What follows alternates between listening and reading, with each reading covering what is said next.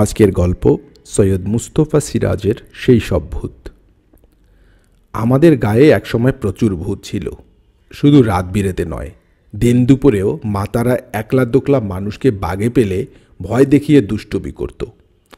দুষ্টুমিই বলা উচিত, কারণ কখনো তারা কারুর ঘাড় মটকেছে বা ঠ্যাং ভেঙেছে বলে শুনিনি।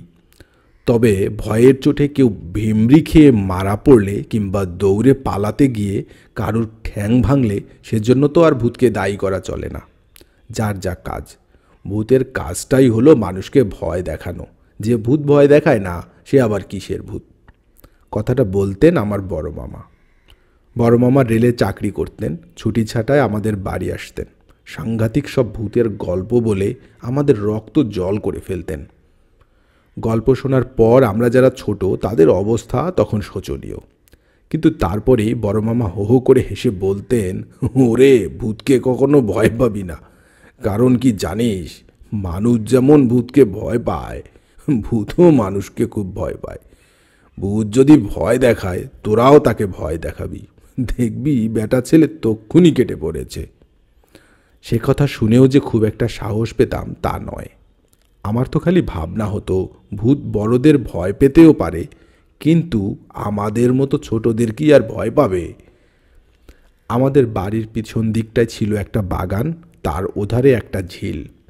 ঝিলের ওধারে ছিল ঘন জঙ্গল।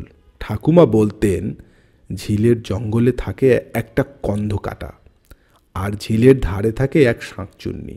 শাঁকচুন্নিটা রোজ রাত্রিরে আলো জেলে ঝিলের ধারে কি যেন খুঁজে বেড়ায়। কন্ধকাটা আলো সইতে পারে না, তাই সে এসে শাকচুন্নির সঙ্গে খুব ঝগড়া বাঁধায়।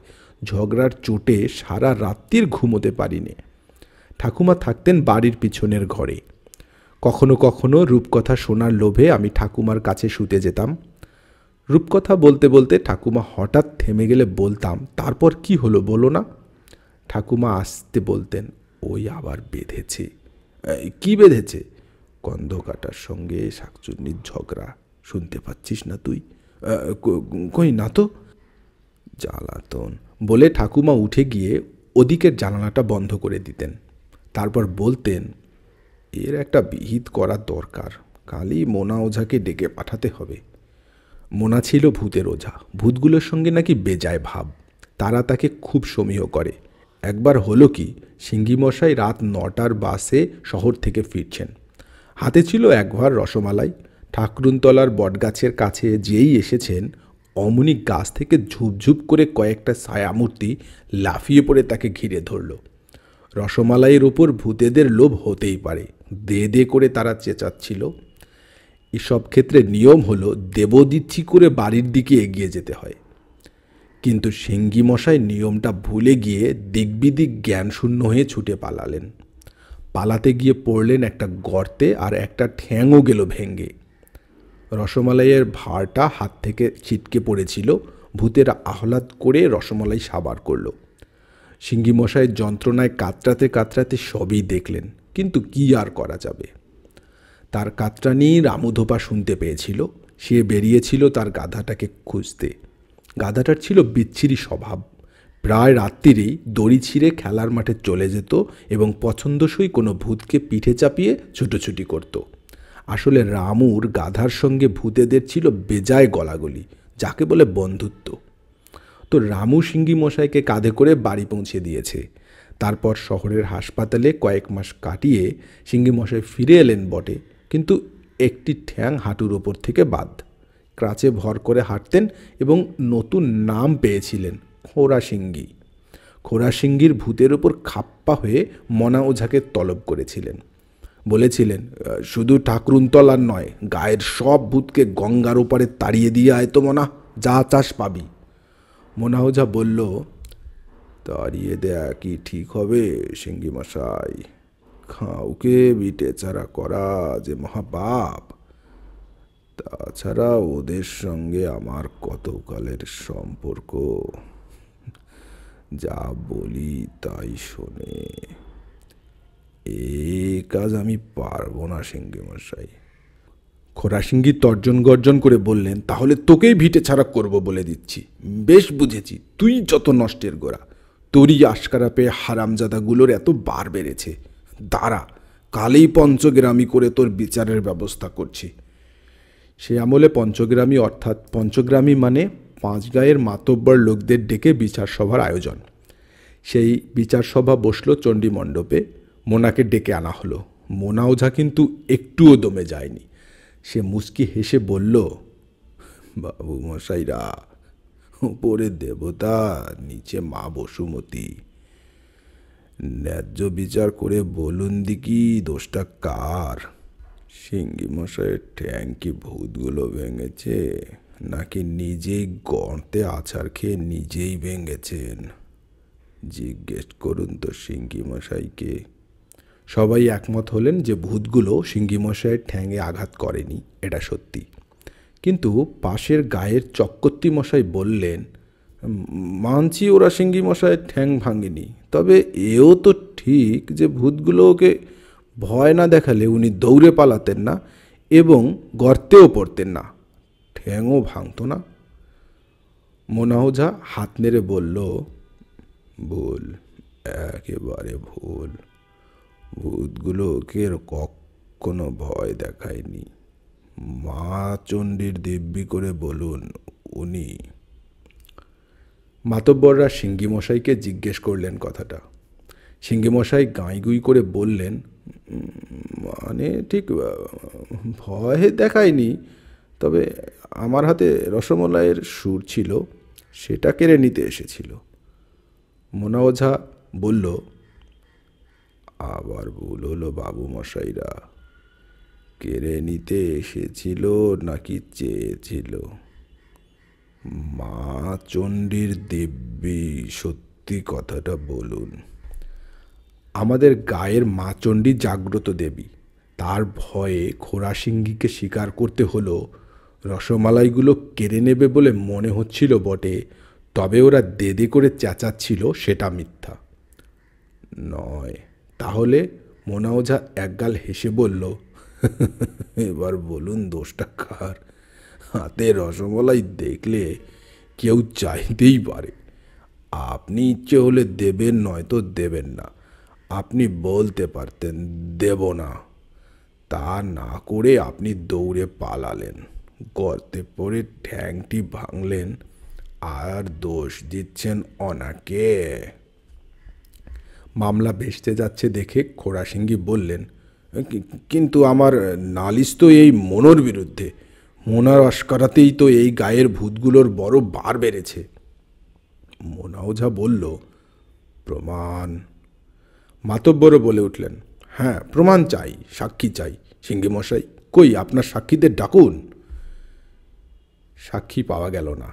আমাদের গায়ের লোকেরা বলল, ভূতগুলো বাড়াবাড়ি করলে বরং মোনা ওঝাই এসে বুঝিয়ে সুঝিয়ে তাদের তাড়িয়ে দেয়। কাজেই মোনা তাদের আশকারা দেয় বলা চলে না।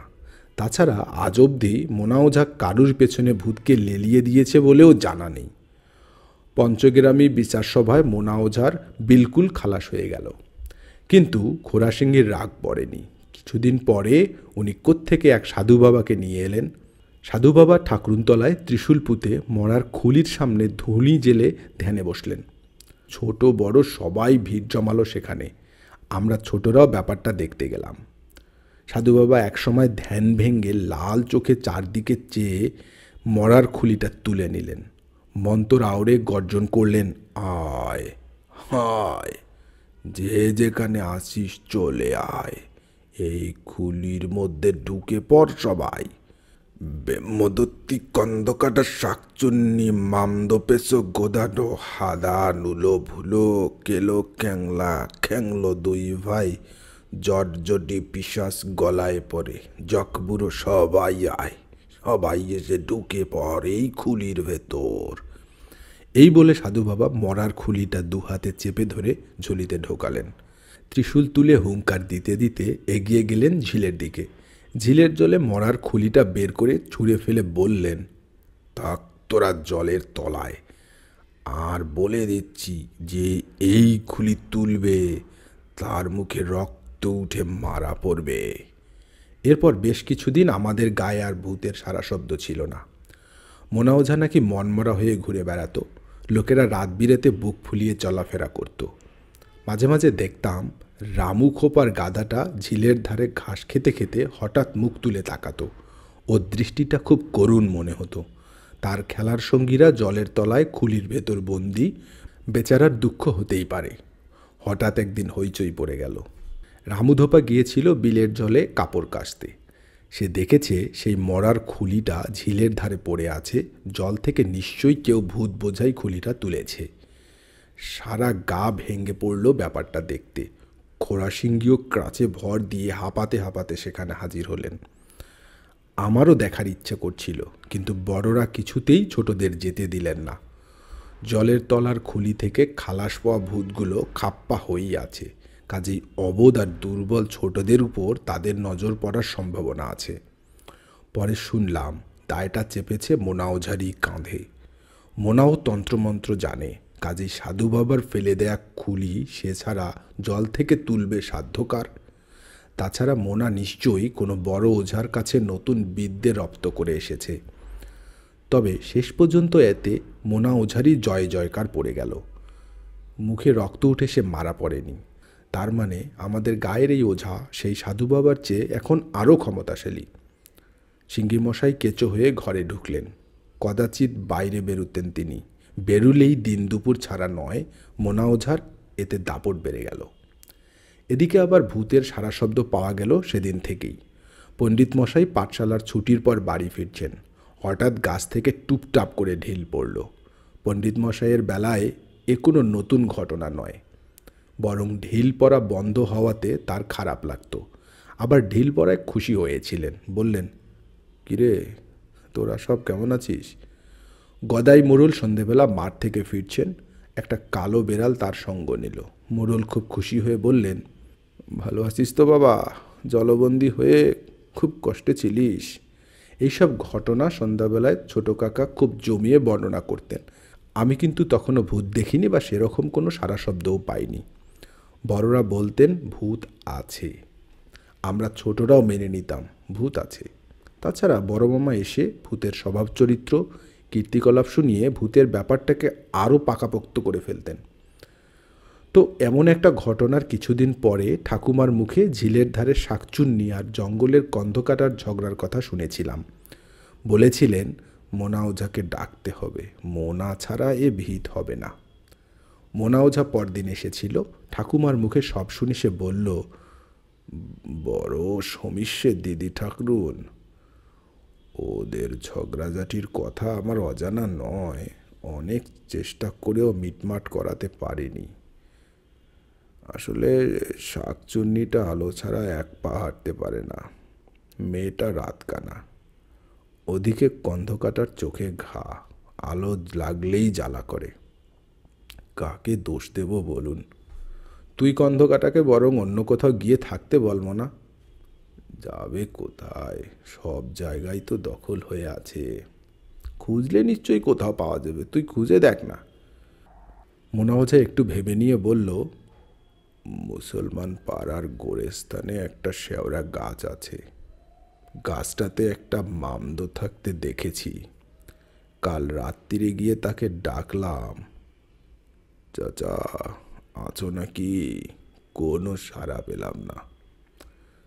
আমার সন্দেহ হচ্ছে মামদো চাচা ডেরা ছেড়ে অন্য কোথাও চলে গেছে।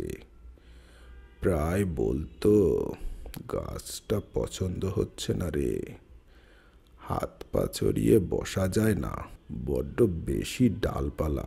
ঠাকুমা খুব উৎসাহ দেখিয়ে বললেন, তাহলে তুই কন্ধকাটাকে গিয়ে কথাটা বল মোনা। ওদের ঝগড়ার জ্বালায় সারা রাত্রির ঘুমোতে পারিনি।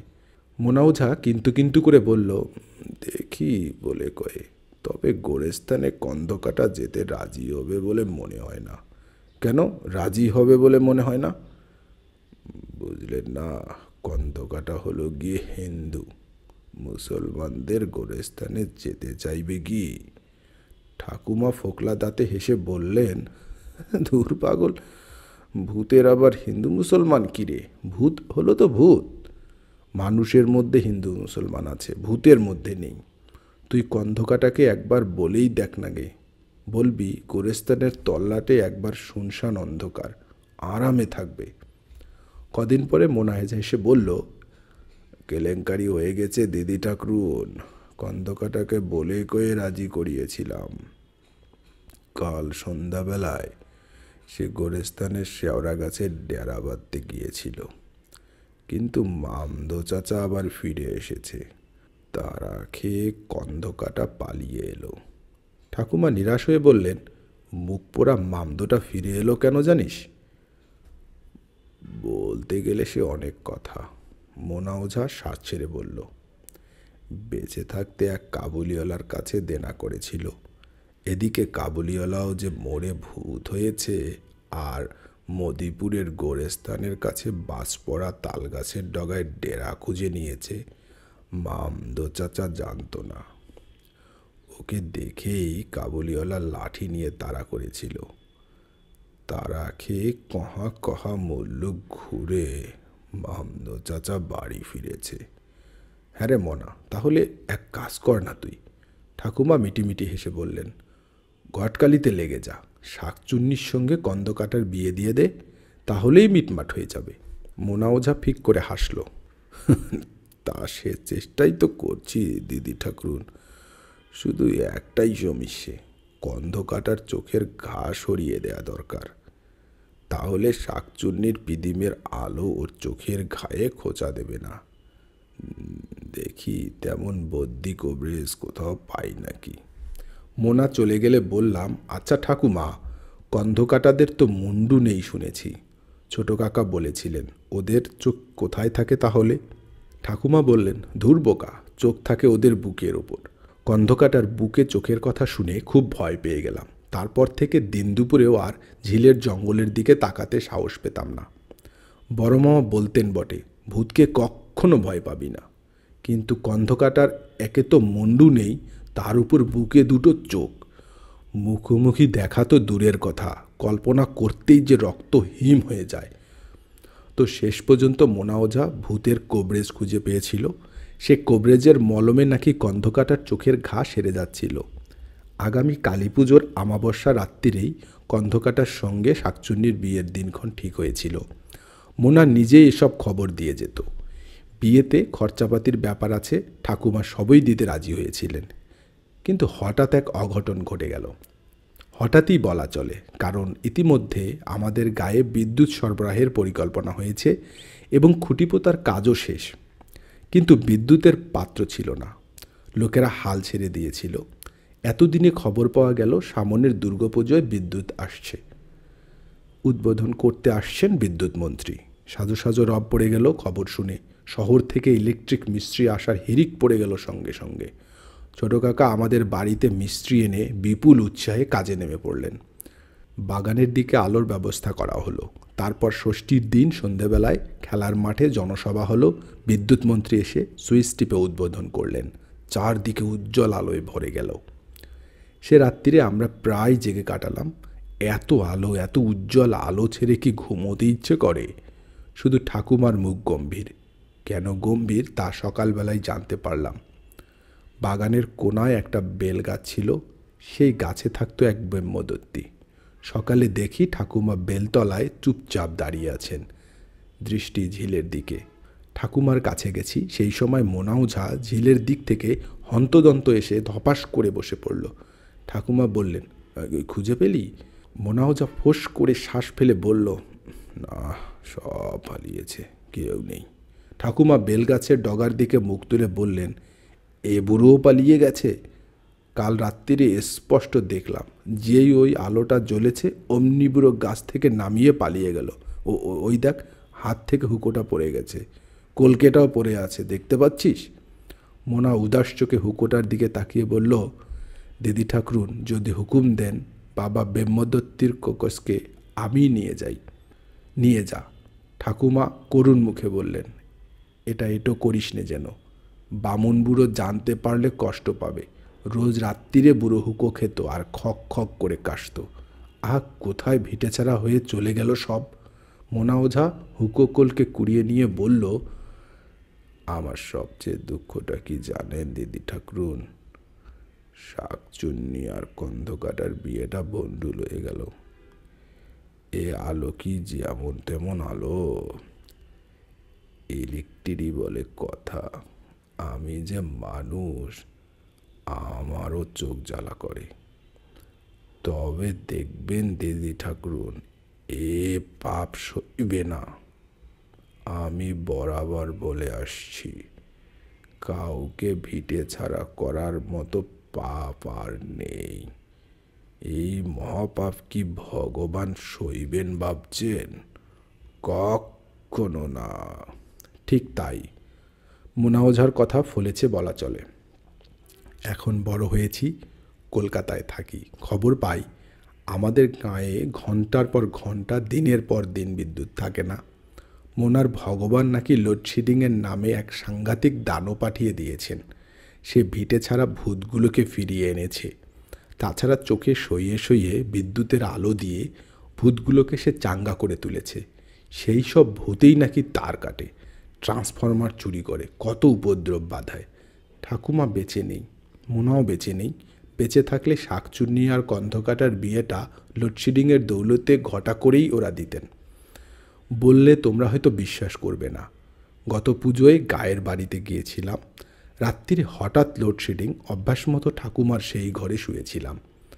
রাত দুপুরে বাগানে হঠাৎ খক খক করে কাঠির শব্দ শুনে জানলায় উঁকি মেরে দেখি সেই বেলগাছে হুকোর আগুন জুক জুক করছে। খুব খুশি হলাম। মানুষের জীবনে ভূতটুত না থাকলে কি চলে? জীবনটাই যে নিরস হয়ে যাবে যদি না থেকে ভূত পেতনি, যদি না থাকে অন্ধকার।